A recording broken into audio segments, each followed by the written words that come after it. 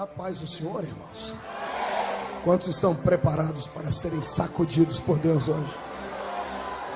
Pois bem, quem trouxe a Bíblia Sagrada, levante ela bem alto assim, chacoalhe ela assim, leve ela até a cabeça do seu irmão e deixa cair só um pouquinho, toque. Diga para ele: hoje a palavra vai entrar na sua cabeça, vai descer para o seu coração, e a sua alma vai ser saciada, e o seu espírito vai ser sacudido, e a sua boca vai ter que glorificar.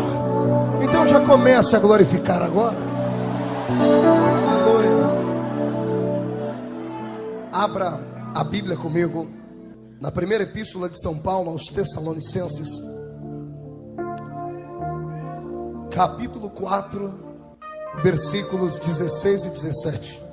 Estava com saudade de vocês, muita saudade. Estava dizendo para o bispo ali que eu não sei o que eu vou fazer quando vocês não quiserem que eu pregue mais aqui.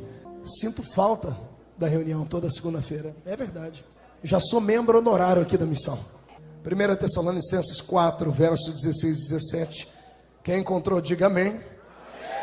Quem não encontrou, peça misericórdia. Eu espero. Esses irmãos que geralmente não acham são acostumados só a ler salmos, irmão. Que abre no meio da Bíblia. Esses livros pequeninos de fato são um problema. Está escrito assim: porquanto o Senhor mesmo, dada a sua palavra de ordem, ouvida a voz do arcanjo e ressoada a trombeta de Deus, descerá dos céus, e os mortos em Cristo ressuscitarão primeiro. Depois nós, os vivos, os que ficarmos, seremos arrebatados juntamente com eles entre as nuvens, para o encontro do Senhor nos ares, e assim estaremos para sempre com o Senhor. Consolai-vos, pois, uns aos outros com estas palavras. Segunda epístola de Tessalonicenses, basta virar a página, capítulo 2. Já deu para perceber que o culto hoje vai ser especial, né? Capítulo 2. Irmãos, no que diz respeito à vinda de nosso Senhor Jesus Cristo e à nossa reunião com Ele, nós vos exortamos a que não vos demovais da vossa mente com facilidade, nem vos perturbeis, quer por espírito, quer por palavra, quer por epístola, como se procedesse de nós, supondo tenha chegado o dia do Senhor. Ninguém de nenhum modo vos engane, porque isto não acontecerá sem que primeiro venha a apostasia e seja revelado o homem da iniquidade, o filho da perdição, o qual se opõe e se levanta contra tudo que se chama Deus ou objeto de culto, a ponto de assentar-se no santuário de Deus, ostentando-se como se fosse o próprio Deus. Não vos recordais de que ainda convosco eu costumava dizer-vos estas coisas? E agora sabeis o que o detém, para que ele seja revelado somente no tempo certo. Feche a Bíblia, coloque no banco, pegue na mão do irmão do seu lado, com carinho, na mão do irmão mais cheiroso do seu lado. E se o irmão ainda insiste em usar perfume do Avon, você perdoa ele. Aperta a mão do irmão com carinho até ele falar: ai. Pentecostal que não faz barulho está com defeito de fabricação. Isso, fecha o corredor aí. Esta aqui é a Missão Mundial Graça e Paz. É a igreja mais avivada de São Paulo, de Santo Amaro. Jesus habita neste lugar, e os crentes que aqui estão são destinados à vitória, e só os vitoriosos inundem esse lugar com adoração e glória. Feche seus olhos. Senhor Deus, eu te glorifico nesta noite, e espero que os seus olhos estejam atentos à direção deste trabalho. Quero que o Senhor mande aqui para este lugar os seus olhos, Pai, e com seus olhos olhe, ó Pai, ao redor deste santuário, numa direção de 10 quilômetros, ó Pai, ao redor deste santuário. Eu não aceito que nenhum demônio se aproxime deste lugar. E se porventura algum demônio, teimoso que é, tentou se aproximar daqui, eu determino que ele seja destruído agora, no poder do nome de Jesus Cristo. Eu quero os seus anjos, ó Pai, aqui dentro conosco. Quero 8 serafins, 8 guardiões de fogo que refletem o brilho da sua glória. Quero 2 aqui nesta santa tribuna comigo. Quero 2 na entrada da igreja. Quero 4 na nave do santuário. Que eles comecem a esparramar brasas de fogo tirada do seu altar. E onde houver um crente pentecostal que aguarda o seu regresso, renova ele agora, meu Pai. Renova, faz saltar de dentro dele as línguas estranhas que o Senhor deu. Senhor, coloca fogo no pé deste povo, Pai, para que eles possam saltar na sua presença e te adorar.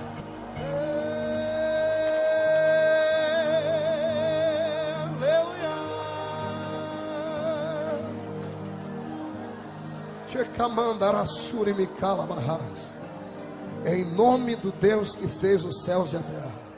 Amém, amém e amém. Tomai o seu assento. Um pouquinho de grave, só um pouquinho de grave. E você bem piano. Amados, queridos de Deus, noiva do Cordeiro, na tarde deste dia eu estava lá no quarto do hotel onde estava hospedado. E eu cheguei bem de manhãzinha, estava pregando em Florianópolis, lá do lado da terra do Júnior. Tínhamos ontem dentro do ginásio quase 10 mil pessoas. E ontem Jesus derrubou todos os catarinenses no chão. Os pastores pulavam e caíam no chão igual pipoca numa panela quente. E o Júnior sabe que lá não é fácil isso, né, Júnior? É sinal de que há um avivamento em andamento. E o nome de Jesus é glorificado por isso. Quando eu cheguei de tarde, agora de manhã, muito cansado, eu deitei e dormi. E que soneca gostosa. Fazia tempo que eu não dormia tão gostoso. E eu tive um sonho. E este sonho me inspirou a pregar esta mensagem. Quem acredita que Deus ainda fala por sonhos? Somos espirituais. E quem é espiritual tem que entender a linguagem dos sonhos. Eu sonhei que eu estava num lugar muito bonito. Não era no Brasil. A pessoa falava em outro idioma. E era um lugar meio em 3 dimensões, em 3D, uma coisa que não dá para dizer o que era na realidade. Eu sei que eu vi umas pessoas passando por uma porta e caindo no chão. E tinha um homem que guiava eles.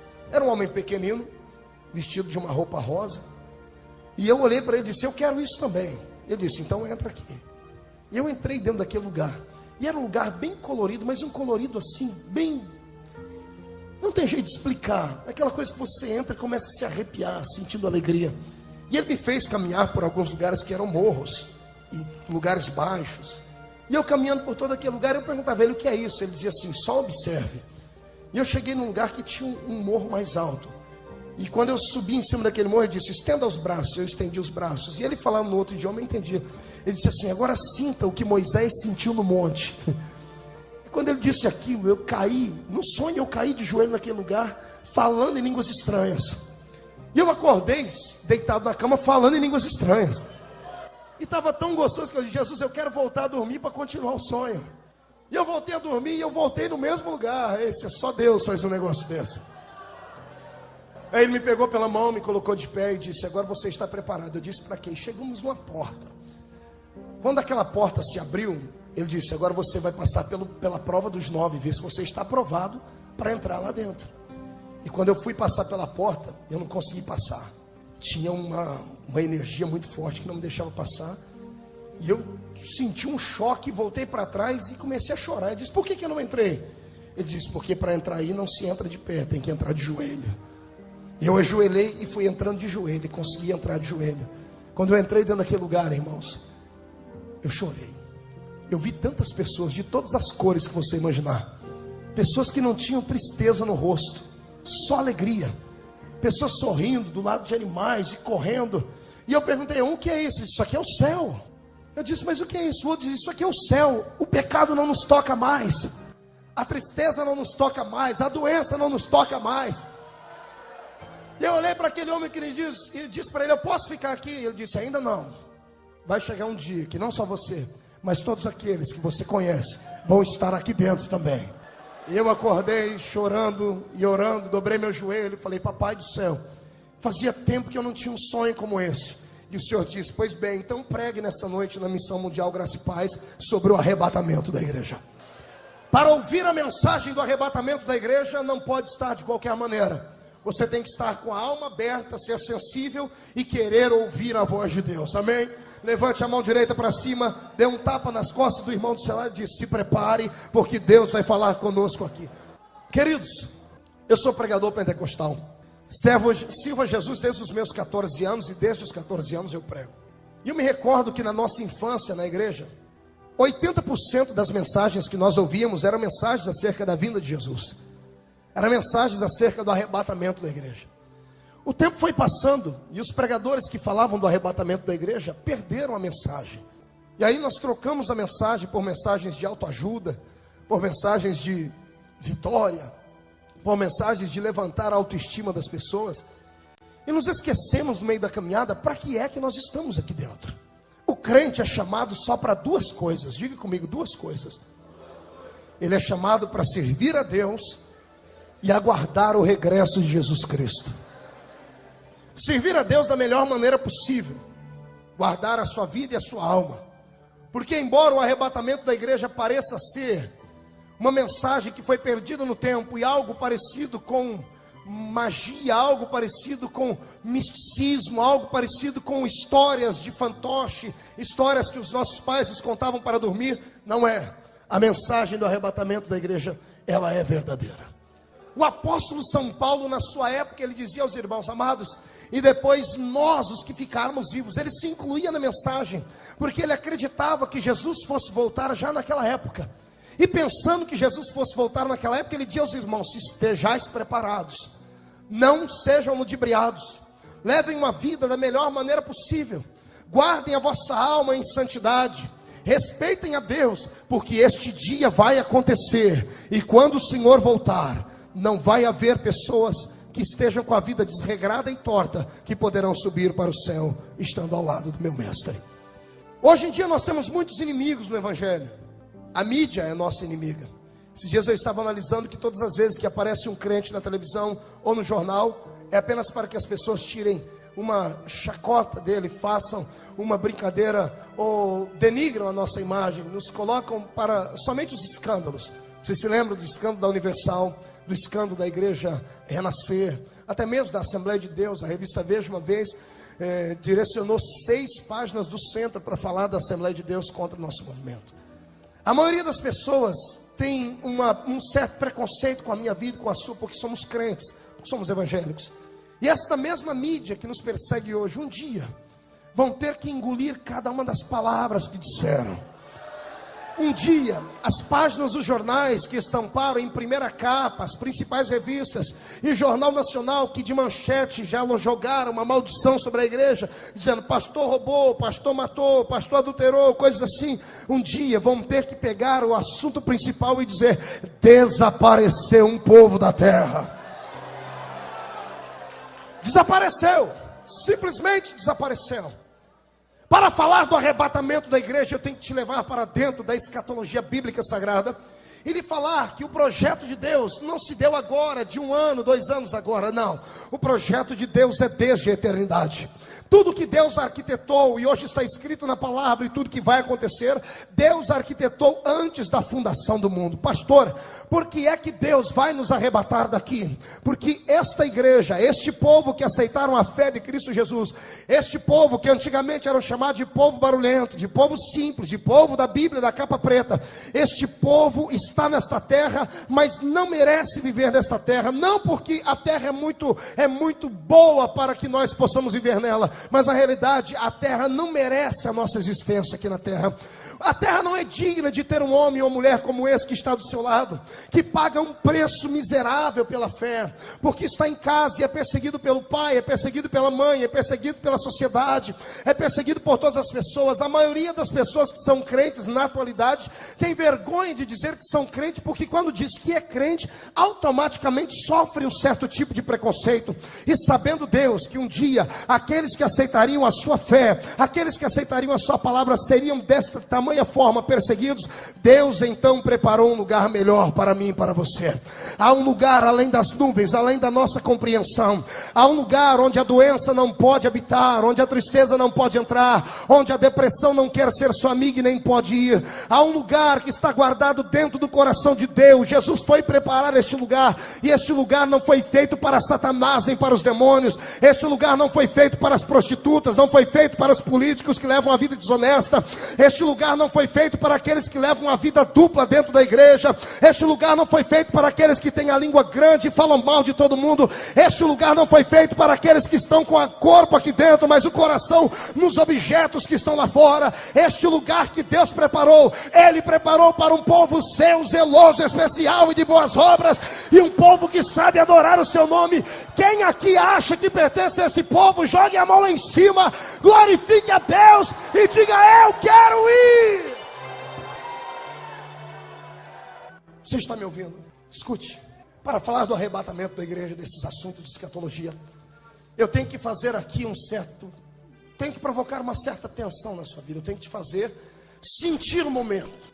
Pastor, como é que se dará o arrebatamento? O apóstolo Paulo explica em Tessalonicenses 4,16. Dada a palavra de ordem, para que o arrebatamento da igreja aconteça, é necessário uma palavra de ordem. Quem é que dará esta palavra de ordem? Deus Jeová. Como é que Deus dará essa palavra de ordem? Quando a igreja dele tiver executado o seu projeto na terra, quando a igreja houver pregado o evangelho de Cristo a todas as criaturas. Se você ama o arrebatamento da igreja em história e quer ir para o céu, então você pode ajudar Jesus Cristo a voltar mais rápido. Como, pastor?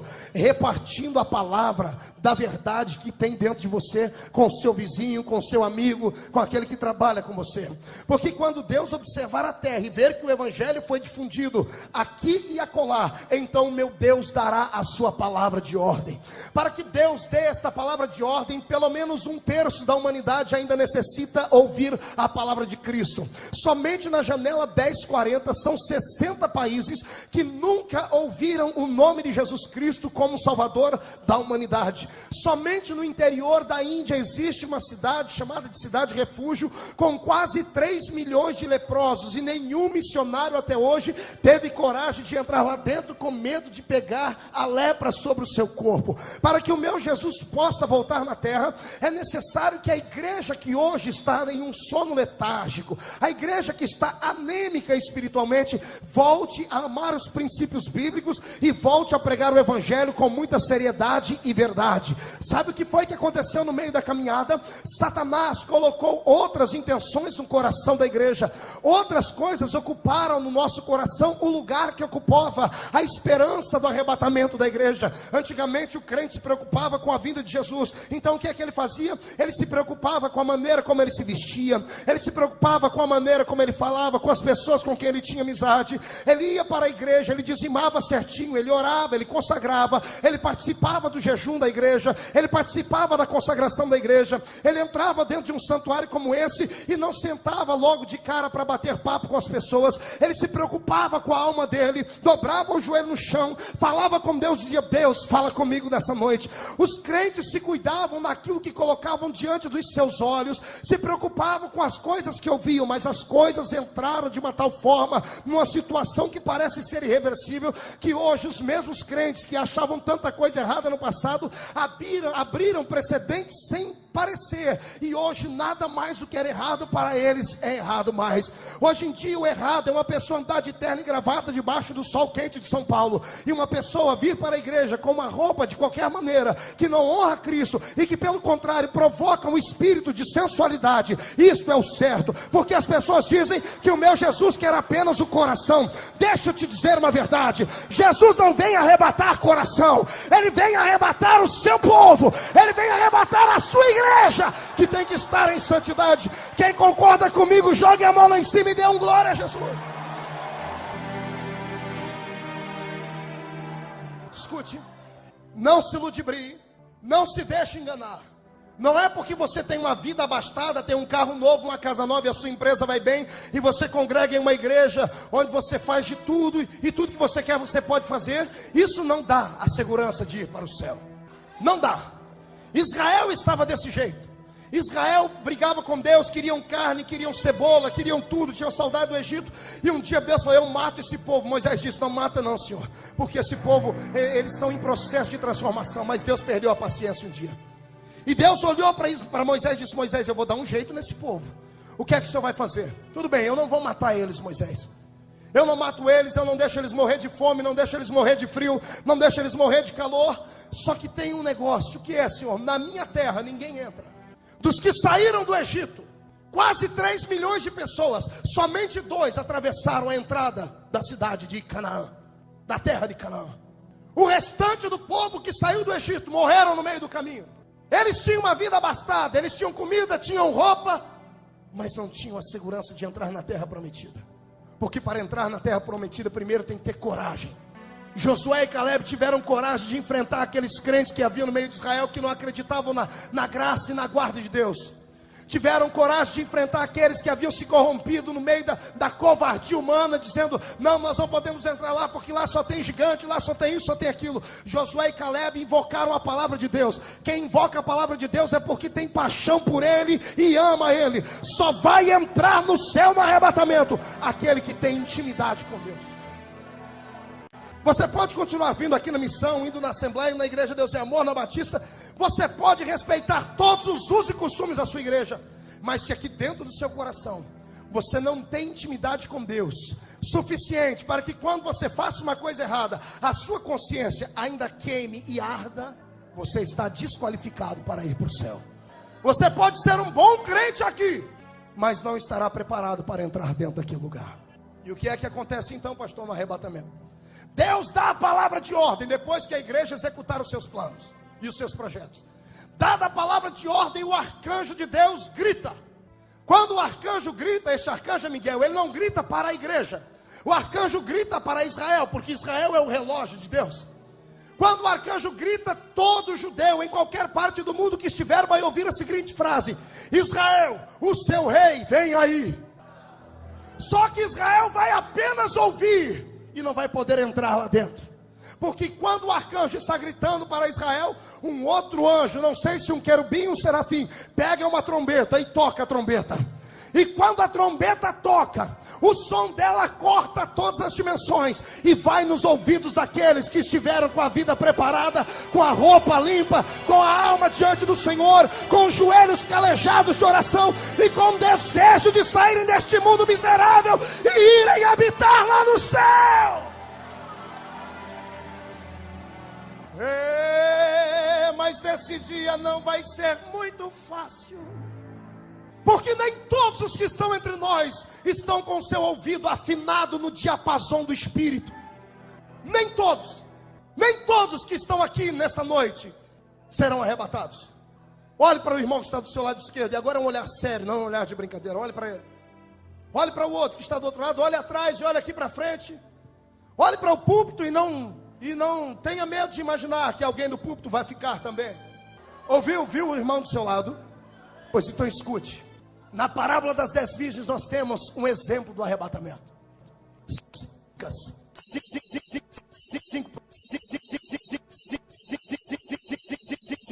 5 prudentes, 50% fica. Neste dia o transtorno será demais. Pessoas estarão conversando com pessoas cara a cara, a trombeta toca. A pessoa que está com o ouvido limpo e a alma guardada, ela desaparece no abrir e piscar de olhos. 7 milésimos de um segundo. Faça o teste aí. Pronto, sumiu. Casais aqui ficarão entristecidos, porque um dos dois guardou a palavra e o outro não. Filhos estarão chegando da escola, porque a Bíblia não diz o horário. Chegarão em casa e não encontrarão o pai e a mãe mais dentro da sua casa. Aqueles crentes chamados de fanáticos, com seus cabelinhos amarrados em forma de coque, sem nenhuma pintura no rosto, que andavam com a Bíblia debaixo do braço, parecendo desodorante, não estarão mais entre nós. Não mais atormentarão o mundo.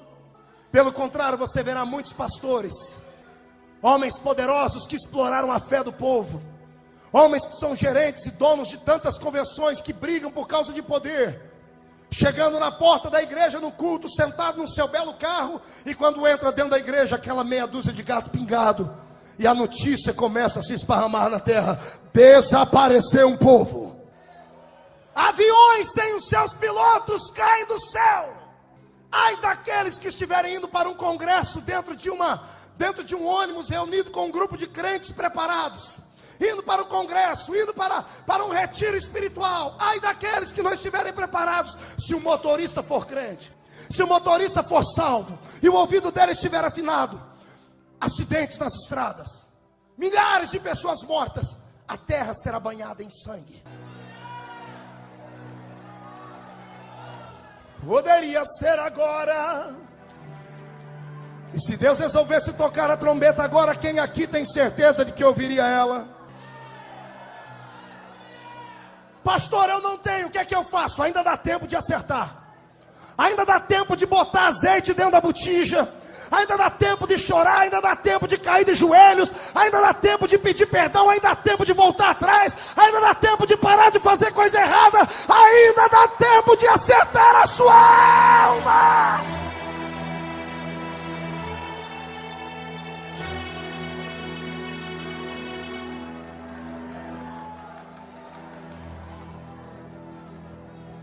O dia do arrebatamento será um dia negro. Será um dia negro para aqueles crentes raimundos. Conhece crente raimundo? Um pé na igreja e outro no mundo. Será triste para aqueles que cultuam a Deus aqui conosco, dançam aqui, mas que nos finais de semana vão para shows assistirem cantores mundanos. Será triste para aqueles que aqui tomam a ceia do Senhor e quando estão reunidos com o seu grupinho de meia dúzia de pessoas sem compromisso, enchem a cara de cachaça, fumam escondido e até drogar se drogam. Vai ser triste esse dia para essas pessoas. Esse dia será negro. Será negro para aqueles que ficam na igreja, mas não se decidem em batizar. Gostam de ouvir a palavra do pastor, mas não querem assumir um compromisso com a igreja. Não querem assumir um compromisso com a fé. Não, ainda dá tempo, porque se eu me batizar, pastor, eu vou ter que andar certinho. E do jeito que eu estou, tá bom, eu escuto a palavra, eu me arrepio, eu até choro, falo em línguas, e daí? Batismo com o Espírito Santo não salva. Choro não salva. O que salva é um compromisso assumido com Deus. O dia do arrebatamento será triste para aqueles casais que vivem de aparência. E quando chegam na missão, pegam na mão, no braço um do outro, dá um beijinho no rosto. E quando entram dentro do carro, já um vira para cá, o outro para lá. E chegam em casa, um dorme no quarto, o outro dorme no outro. Vai ser triste para esses, porque a decepção será grande demais. O dia do arrebatamento vai ser triste, negro, para os filhos desobedientes. Para aqueles filhos que exploram o pai, que batem no pai, que brigam com a mãe, que falam coisas horríveis contra os pais. Para aqueles filhos que não sabem obedecer o caminho onde o pai o ensinou. Vai ser triste e decepcionante. O dia do arrebatamento vai ser triste para aqueles que enfiaram na cabeça que iam para o céu. Colocaram dentro da cuca que eram salvos e não precisavam mais melhorar de vida. E se ludibriaram porque estavam indo bem financeiramente, estavam indo bem dessa forma, daquela, mas não cuidaram das suas vestes. Por cima dessas roupas coloridas aqui, quando Deus olha do céu, Deus não vê roupa vermelha, nem preta, nem amarela. Quando aceitamos Jesus, nós recebemos uma roupa branca. E eu fico imaginando como é que Deus olha do céu para cá nesta noite, enxerga a cor das nossas vestes. Tem pessoas que estão com elas salpicadas, maculadas. São pessoas que levam a vida do jeito que dá, obstinadas, não querem mudança, querem apenas o louvor das alturas, querem apenas o domingo da ressurreição, mas não querem a sexta-feira da crucificação. Querem a alegria de ver o Cristo ressurreto, mas tem medo de olhar para Ele quando Ele está na cruz agonizando, por causa dos pecados miseráveis que nós carregamos dentro de nós. O dia do arrebatamento será um dia de grandes surpresas. Neste dia você não vai poder enganar Deus com seus gritos, nem com seus pulos, nem com as suas palmas, porque para isso você consegue enganar o homem.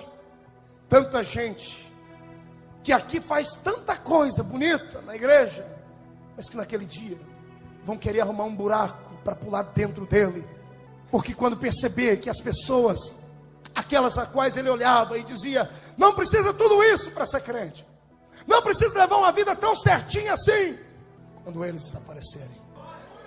Neste inteirinho os mortos ressuscitaram. O Senhor dos vivos e dos mortos está em cima no céu. O arrebatamento será invisível aos olhos dos homens. Somente os espirituais vão poder perceber e participar dele.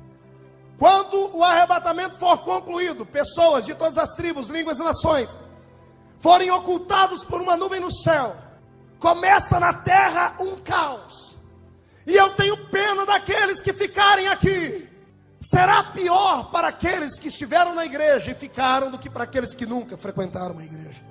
Você vai ter que suportar o seu vizinho correr na sua casa e dizer: ei, o que aconteceu? Por que todo mundo foi e você ficou?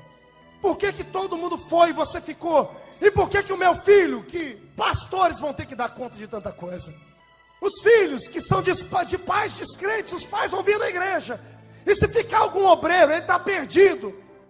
Porque o pai e a mãe vai querer: você tem que dar conta do meu filho, senão eu vou abrir contra você um processo de sequestro.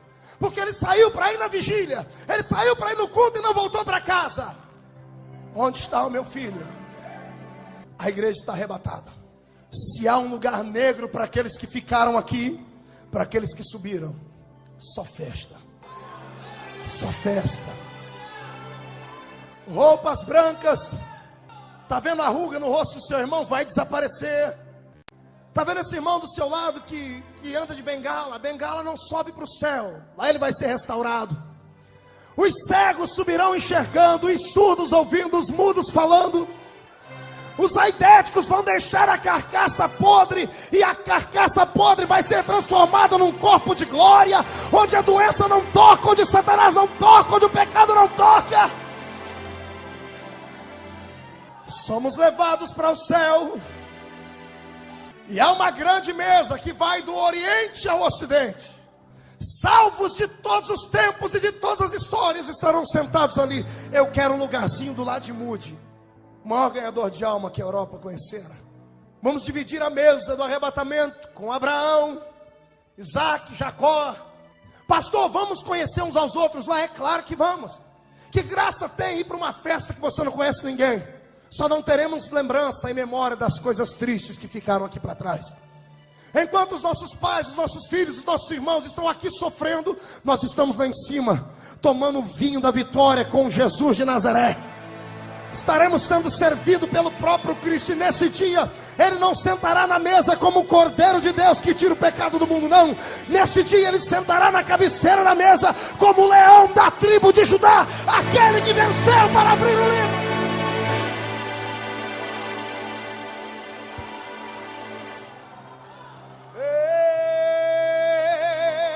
Pode ser agora. Vamos tirar os olhos do mundo, do céu, vamos colocar os olhos no mundo. Reuniões nas Nações Unidas. O mundo vira um caos. Nunca houve uma catástrofe de tamanho mundial assim. Líderes de todos os lugares se levantam, e de repente, no meio da liderança toda, se levanta um homem chamado de filho da iniquidade, chamado de anticristo, aquele que é contra Cristo. Eu, pelo que estudei a Bíblia Sagrada e o pouco que entendo de escatologia, tenho certeza de que o anticristo já nasceu. Em algum país do leste europeu, tendo sangue de judeu nas suas veias, ele está crescendo e sendo preparado para reinar este nosso mundo. Eu estive na Europa pregando algumas vezes, e me lembro muito bem de que lá, uma vez pegando um jornal, alguém dizia assim, pegando um jornal, temos uma moeda, agora de um homem. Não importa se ele é da parte de Deus ou da parte do diabo, mas precisamos de um líder para unificar a Europa inteira. Prepara o prenúncio da vinda de Cristo, igreja. Ei, amado, você que se perde em coisas pequeninas, você que por qualquer coisa tropeça na vida cristã, abra os olhos. Quando eu olho para a ciência e ouço dizer que a camada de ozônio que estava aberta voltou a fechar, e as pessoas dizem não há mais perigo da terra se queimar, eu fico assustado, porque a minha Bíblia Sagrada diz que no final dos tempos, depois que a igreja for arrebatada, porque a igreja funciona nessa terra como um pêndulo, a igreja é o que dá o equilíbrio nessa terra, a igreja é o sal da terra e a luz do mundo. Este mundo só não está pior porque eu e você estamos temperando ele aqui. Este mundo só não está pior porque nós somos luz. Sabe por que os bandidos ainda não mandam inteiramente São Paulo? Por causa da sua vida. Porque quando você anda na rua, do seu lado anda um exército de anjos do céu para guardar a minha vida e a sua.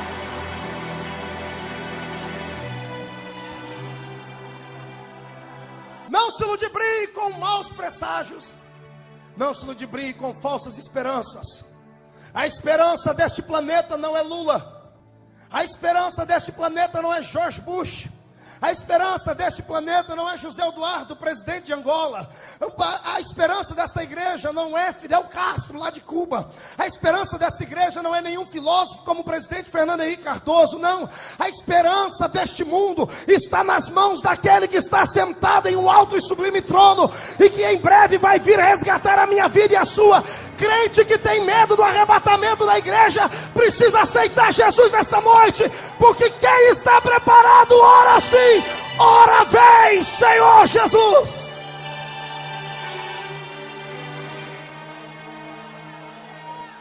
O anticristo se levanta num canto. Ele tem tanta inteligência, ele é possuído, possesso por Satanás. Ele consegue ludibriar os povos, consegue colocar paz onde não há paz, e de repente ele traz soluções rápidas e costumeiras para o arrebatamento da igreja. Eu li um dia desse uma revista chamada Planeta Terra, uma revista de cunho esotérico, e lá eles diziam assim: os cristãos que existem no mundo hoje vão desaparecer. Eu assustei, porque os crentes não falam em arrebatamento da igreja. Só dois grupos falam que Jesus vai voltar nessa terra. Primeiro é o grupo do Alziro Zaru. Um dia desse eu liguei um rádio e escutei a mensagem assim: Jesus está voltando. E eu falei, quero ouvir essa mensagem. Daí a pouco, Alziro Zaru, José de Paiva Neto, um sincretismo religioso maluco. E o segundo, são o povo do movimento Nova Era, New Age, esotéricos. E neste livro eles explicavam o que aconteceram. Os cristãos vão ter que desaparecer do mundo porque eles atrasaram a humanidade. Atrasaram no crescimento filosófico e dos conhecimentos do mundo místico. Então eles dizem que vai vir uma nave cor-de-rosa e vai pousar no céu deste planeta. E nós que somos cristãos temos uma coisa tão ruim, que vamos ser tirados da terra e lançados dentro dessa nave, e vamos ser levados para um outro planeta para aprendermos a espiritualidade. Amados, enquanto a igreja não fala do arrebatamento, Satanás já está arrumando argumento para explicar para onde é que nós vamos. Eu não vou de nave cor-de-rosa, eu vou numa carruagem de fogo, eu vou é da graça. Ai, Jesus. 3 anos e meio de paz. 3 anos e meio de paz. Durante 3 anos e meio ele vai conseguir colocar paz. Ele vai conseguir fazer com que judeus e árabes entrem em um acordo. Ele vai conseguir com que os países pobres como nós consigamos pagar a nossa dívida, ou os países de primeiro mundo perdoar a gente. Ele vai ser um líder, ele vai ser querido, ele vai ser adorado. E como neste planeta só existe uma terra santa chamada Jerusalém, ele vai focar os seus olhos lá dentro de Israel. Porque quem não sabe, Israel é o relógio de Deus. A Bíblia Sagrada tem uma parábola de Jesus que diz assim: olhai para a figueira, quando os seus ramos estiverem enterros, saibam que já está pronto para a ceifa. A figueira é Israel, os ramos já estão dando frutos, e todos nós apontemos os nossos olhos para lá. Israel é um termômetro do arrebatamento da igreja. Estamos ouvindo guerras lá, e de repente, quando nós ficarmos sabendo que o tratado de paz foi assinado, arrume a sua mala, mas não a mala de roupas aqui, prepare a sua mobília espiritual, porque quando houver paz, virá repentina destruição, não para nós, porque nós estaremos no céu de luz, no céu de glória, cantando o cântico da vitória. Quem é que vai para lá comigo? Levanta a mão e adore.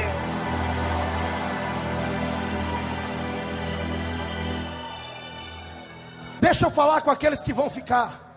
Ei, você que vai ficar. Não, pastor, eu vou para o céu. Vai nada, o céu não é lugar para você. Não, pastor, eu quero ir para lá, mas o céu vai ser monótono para você. Por quê? No céu não tem bailão, no céu não tem alambique, não tem banca de revista pornográfica, não tem site pornográfico para você ficar a madrugada inteira na internet. No céu não tem show com Zezé de Camargo e Luciano. No céu não tem show com Skank. O céu não é para você. O céu é só para crente quadrado que só sabe dar pulo e glória a Deus.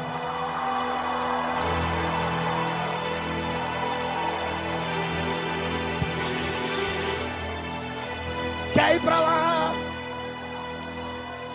Acerta a sua vida. Deixa eu falar com aqueles que vão ficar, pastor. Falar com aqueles que vão ficar, Júnior. Ouça, você que vai ficar, pelo amor de Deus, não se engane. O anticristo vai parecer um Deus, vai falar palavras que vai deixar todas as pessoas arrepiadas. Ele é um verdadeiro Dom Juan. Não dê atenção às conversas dele. Ele vai colocar paz. Não aceite nenhum dos projetos tecnológicos dele. Quando a Bíblia fala que as pessoas vão ter que receber um sinal na mão direita ou na testa, a Bíblia Sagrada é um livro atualizado. Hoje em dia muitos projetos já estão feitos, porque antigamente usava-se moeda. A moeda não deu certo, fizeram papel moeda. Papel moeda pode ser roubado, fizeram talão de cheque. Talão de cheque pode ser roubado, fizeram então cartão de crédito. Já clonam um cartão de crédito. Então o que é que estão inventando agora? Um tipo de sistema de chip que vai ser colocado na mão. Haverá uma empresa por detrás disso, depois do arrebatamento. Por enquanto você pode ficar tranquilo. Mas depois do arrebatamento, este chip virá da empresa do anticristo. Não aceite. Mas pastor, eu vou morrer de fome. Morra de fome, mas vai para o céu. Durante 3 anos e meio será de paz. 3 anos e meio depois, percebendo que o tempo está findando, ele mostra as suas garras. Ele fez um pacto com Israel, e a Bíblia diz, Paulo dizendo aqui em Tessalonicenses, ele vai tentar colocar a sua imagem dentro do templo.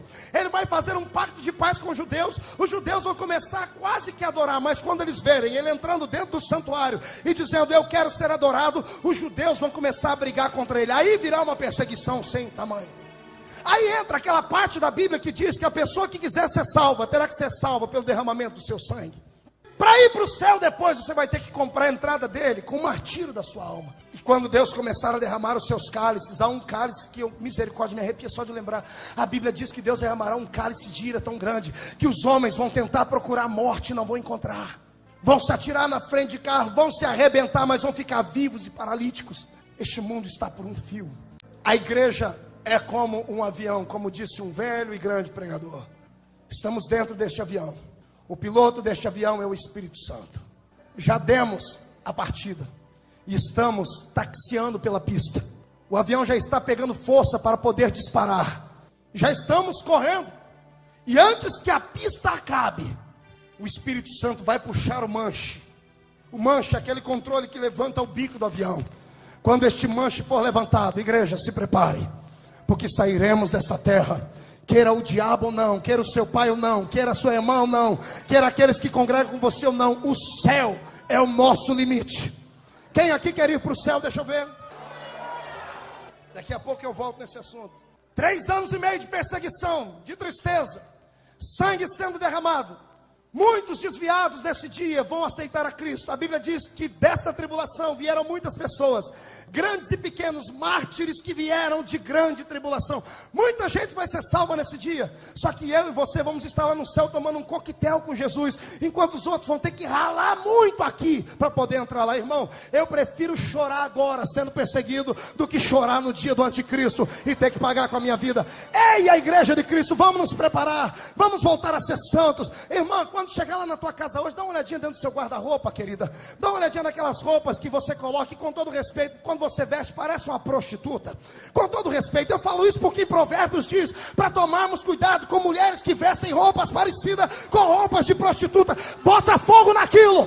Bota fogo naquilo que é indecente. Guarda a sua alma, santifica a sua vida, e só pode dar glória a Deus agora quem concorda comigo e quem acha que isso é o padrão para ir para o céu.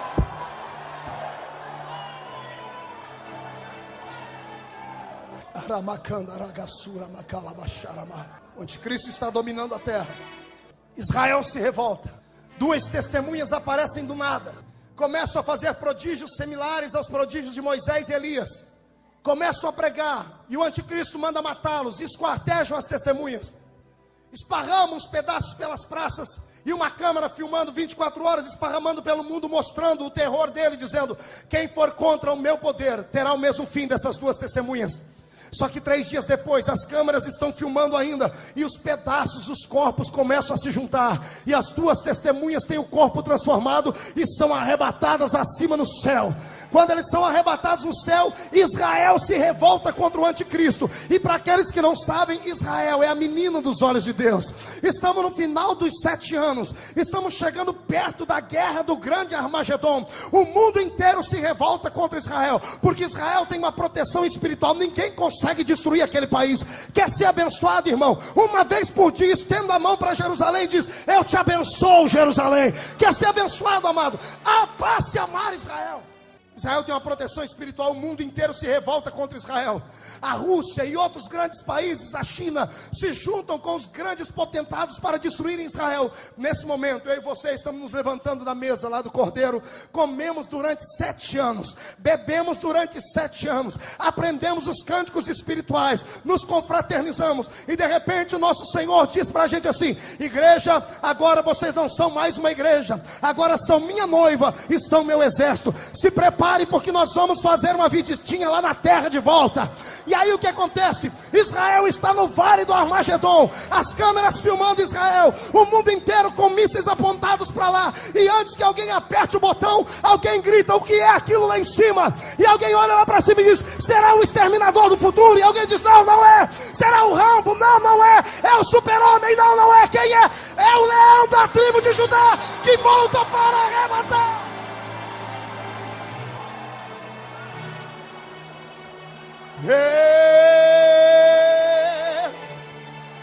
Eu já falei para não deixar copo aqui, falei 1 milhão de vezes já. Quando eu estou tomado, quebra tudo. Levante a mão direita e dá um tapa nas costas desse crente aí. Fala para ele: quer ir para o céu? Com todo respeito, diga para ele, com todo respeito, toma vergonha na cara e volta a ser crente de verdade. E se você quer ser isso, deixa Deus te tomar.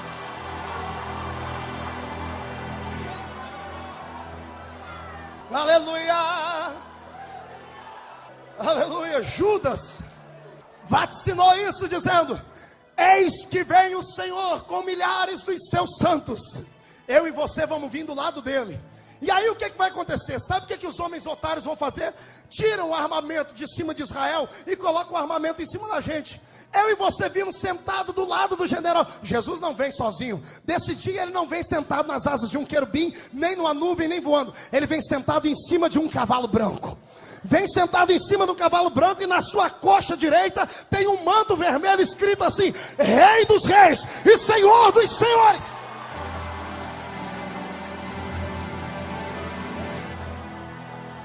Os homens viram os mísseis para a gente. Nesse dia, amado, você que tem medo de barata, vai olhar para aquele míssil e vai querer: Jesus, deixa eu destruir ele. Só um toque do meu dedo destrói. Jesus: não, calma, essa guerra não é de vocês, essa guerra é minha. Israel é o meu povo. Jesus não vai jogar raio, Jesus não vai estender a mão e gritar, não. A Bíblia diz que Jesus vai fazer assim, ó. A Bíblia diz que com o sopro da boca dele, todas as nações da terra serão destruídas. Os inimigos de Deus serão destruídos.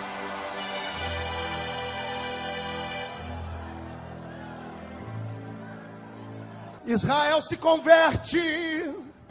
Jesus desce em Jerusalém. Ele entra dentro do templo e toma para si o trono de Davi. Jesus senta no trono de Davi, e eu e você vamos ser súditos com ele lá. Eu e você vamos estar num corpo tão glorioso que eu quero ir na África agora. É abrir e fechar o olho, você já está lá. Não, eu quero voar lá em cima. Pá, você vai poder para onde você quiser. Você não vai precisar andar. Quem está num corpo glorificado não anda, ele flutua. Cada crente vai ter um brilho lá. Como é que é isso, pastor? Isso é revelação. Porque como é que vai fazer? Se essa história de coroa for séria, tem na cabeça de Moody, não vai ter que colocar a coroa da cabeça de Moody deve ser o tamanho da torre de pizza. Ele ganhou 1 milhão de almas. E para aquele coitadinho que nunca ganhou nenhuma alma, como é que fica? Então, eu penso que a diferença entre nós será o brilho que vai estar do nosso lado. Cada um vai resplandecer diferente. Uns vão resplandecer como ouro, porque ganharam muitas almas para Jesus e fizeram um bom trabalho. Outros vão resplandecer como a prata, outros como bronze, e outros vão chegar lá com a palma na mão, uma flor. Vão entrar lá. E um dia tinha um menino na minha cidade, o Abraão, ele era meio doido. E a gente dizia: Abraão, para ir para o céu, você tem que ganhar alma. Mas se eu não ganhar, eu entro, entra. Mas você vai entrar só com uma palma na mão. Eu disse: rapaz, o negócio é entrar lá. Ele disse para mim: não importa que eu tenha que morar no subúrbio do céu, que eu seja faxineiro lá. O negócio é entrar lá. Irmãos, eu quero entrar lá, mas eu quero entrar pela porta.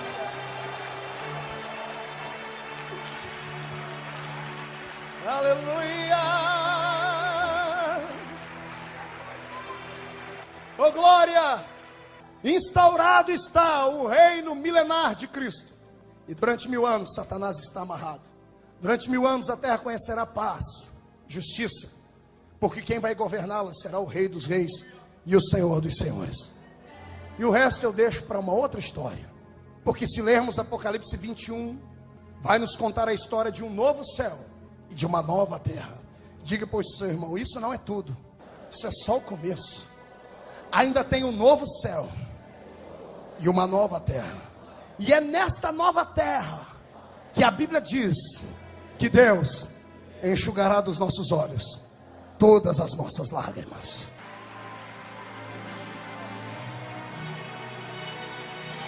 É para Ele.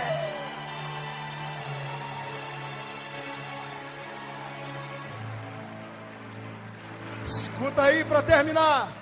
Só que lá em Apocalipse 21 diz que Deus preparou um povo seu para morar lá.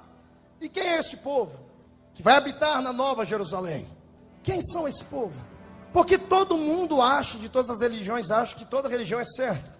O Papa diz que só os católicos que vão ser salvos. O Bispo Macedo fala que é só o povo da Universal. O pastor Fanini diz que é só o povo da Batista. O pastor Zé Wellington é só o povo da Assembleia. E aí, quem é que está certo nessa história? O pai do Júnior, o Valmor, fala que é só o povo de Joinville que vai para o céu. E como é que fica a história? Alguém está errado nessa história. O padre Marcelo vai lá na missa dele e canta lá: tem anjo voando do lado de Nossa Senhora. Só se for no capeta do inferno. Do lado do meu Jesus, não. E ele diz que o povo dele vai para lá. Alguém está errado na história, sim ou não? Eu não quero ir para o céu morar do lado de uma pessoa que não teve que pagar nada para poder entrar lá. Eu ralei igual um condenado, irmão. Eu comi o pão que o povo amassou. É pior que o pão que o diabo amassa. Eu sofri chicoteada de igrejas, de ministérios frios. E agora eu vou ter que chegar lá, encarar aquele cidadão que nem abria a boca para dar glória a Deus dá. Eu dou um cascudo na cabeça dele, se eu ver ele dar. Para ir para o céu tem que estar preparado para morar lá. Cutuca o irmão, diz: para ir para lá tem que estar preparado.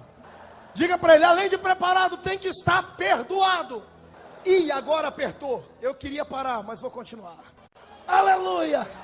Prepara o lombo aí, é agora. Ai, Jesus. Eu não sei se tem algum católico aqui. Se tiver, com todo respeito. O problema do ser humano é que ele peca, erra e vai pedir perdão para a pessoa errada.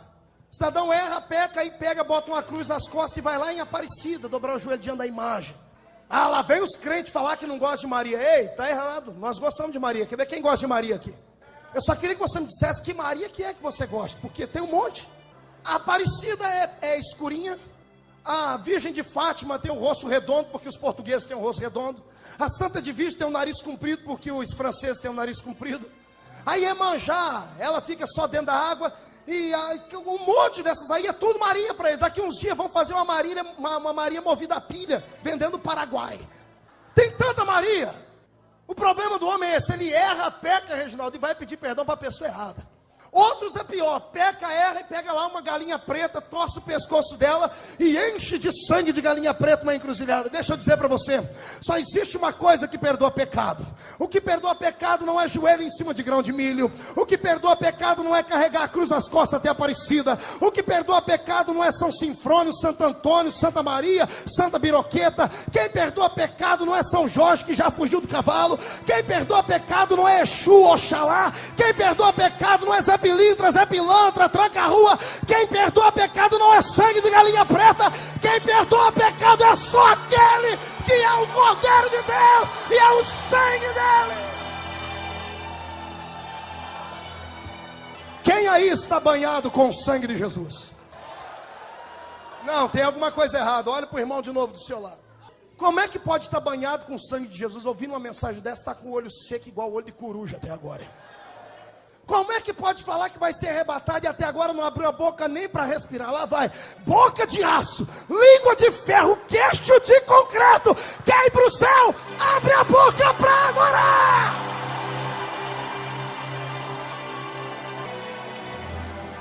Só para terminar, bispo, alfinetar o diabo. Pastora Leia, eu estou com raiva do cão, porque ele está entristecendo a senhora. Eu vou pegar ele pelo chifre hoje, no nome de Jesus, e vou chutar um mulambo dele. Satanás não tem poder de tocar nos servos de Deus. Crente que vai ser arrebatado não pode sucumbir diante de Satanás. Você tem que dar um grito e ele se curvar diante de você.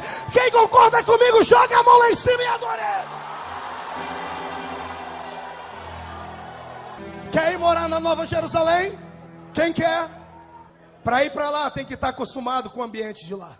Amém? Diga, irmão, se não tiver acostumado, Você vai querer sair correndo de lá. Primeiro, vai ter gente que quando entrar no céu, se é que vai chegar lá, vai achar que está no inferno. Por quê, pastor? Porque vai ver tanta gente lá que ele falou, não, esse aqui está aqui. Eu jurava que ele não vinha. E vai ter gente que vai quase se desviar, porque vai olhar e falar, aquele não veio, mas eu jurava que ele vinha. E pior, vai ter uns que vai ter até um susto. Por quê, pastor? Quando olhar no espelho do céu, vai ver que ele mesmo está lá. Não acredita, eu cheguei, eu entrei. Aleluia! Já vou terminar. Está muito bom aqui hoje, está gostoso para poder pregar. Mas escute, para ir para lá, tem que estar acostumado com o ambiente. Se você não... Agora eu vou pegar pro lado desses crentes sorveterianos. Tem algum aí? Tem algum crente aí que acontece milagre quando ele está no culto? Cai neve em cima dele. Olha, do outro lado tem um com guarda-chuva desse tamanho assim em cima dele. Um chapéu sombreiro lá atrás. O irmão de cá voa, o de cá desmaia e ele fica parado igual uma estátua de museu de 5ª categoria. Deixa eu te explicar, meu amado. Você está desqualificado para ir para lá. Os crentes dessas igrejas tradicionais, com todo respeito, que eu amo todos eles, eu não sei o que é que vão fazer lá, irmão. Por quê, pastor? Vai dar para entrar lá? Vai. Quem não é batizado com o Espírito Santo entra no céu? Entra. Quem não crê em anjo? Entra. Se acreditar em Jesus, entra. Porque quem salva é Jesus, não é anjo. Mas então, pastor, eu vou também, vai. Mas quando chegar lá vai ficar assustado. Porque não acredita em anjo, não acredita em poder, não acredita em línguas, não acredita em fogo. E quando chegar lá, quando dá uma olhadinha para o Deus dele, vai querer sair correndo. Porque a minha Bíblia diz que Deus é um fogo consumidor. Quando vê os anjos, vai ter que morder tanto na língua, porque pregou que isso foi só para a igreja dos apóstolos. E pior, quando chegar lá, irmão, até aprender a falar na língua dos anjos, eu e você já estamos lá, usufruindo da graça, saltando, brincando com os anjos, saltando no rio da vida. Os primeiros 5.000 anos lá, eu quero passar na beira do rio da vida pescando. E não me chame de herético, porque o céu não é um lugar apenas de beato. Teremos uma outra vida lá, só que esta vida será eterna. Esta vida será eterna. É o pagamento pela santidade na terra. Para participar do arrebatamento, tem que estar cheio do poder de Deus. Quem concorda? Quem quer ficar de pé? Eu estou ouvindo gente dizer assim, volta hoje, Jesus. Em compensação, eu estou ouvindo alguém dizer, Jesus, volta só o ano que vem. Vou lhe dizer uma coisa, se você estiver preparado, Ele vem. Se você não estiver preparado, Ele vem da mesma forma. Se você for cheio do Espírito Santo, Ele vem. Se você virar as costas para essa mensagem, Ele vem da mesma forma. Jesus não está preso a sentimentos